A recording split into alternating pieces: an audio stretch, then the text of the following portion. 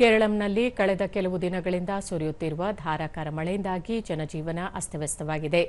ಮಳೆ ಇನ್ನೂ 2 ದಿನಗಳವರೆಗೆ ಮುಂದುವರಿಯಲಿದೆ ಎಂದಿರುವ ಹವಾಮಾನ ಇಲಾಖೆ 14 ಜಿಲ್ಲೆಗಳ ಪೈಕಿ 11 ಜಿಲ್ಲೆಗಳಲ್ಲಿ ಯೆಲ್ಲೋ ಅಲರ್ಟ್ ಘೋಷಿಸಿದೆ.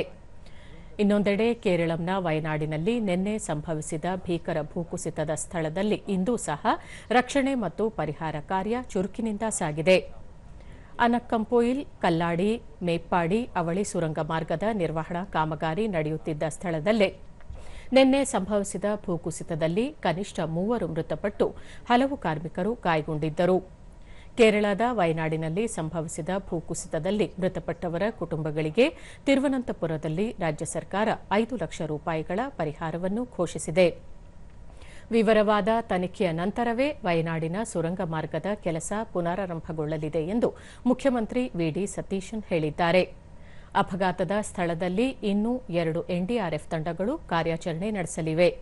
ಸದ್ಯ 5 ಜನರು ಕಾಣೆಯಾಗಿದ್ದಾರೆ ಮತ್ತು ಶೋಧ ಕಾರ್ಯಾಚರಣೆ ಮುಂದುವರೆದಿದೆ ಎಂದು ಮುಖ್ಯಮಂತ್ರಿ ವಿಡಿ ಸತೀಶನ್ ಹೇಳಿದ್ದಾರೆ.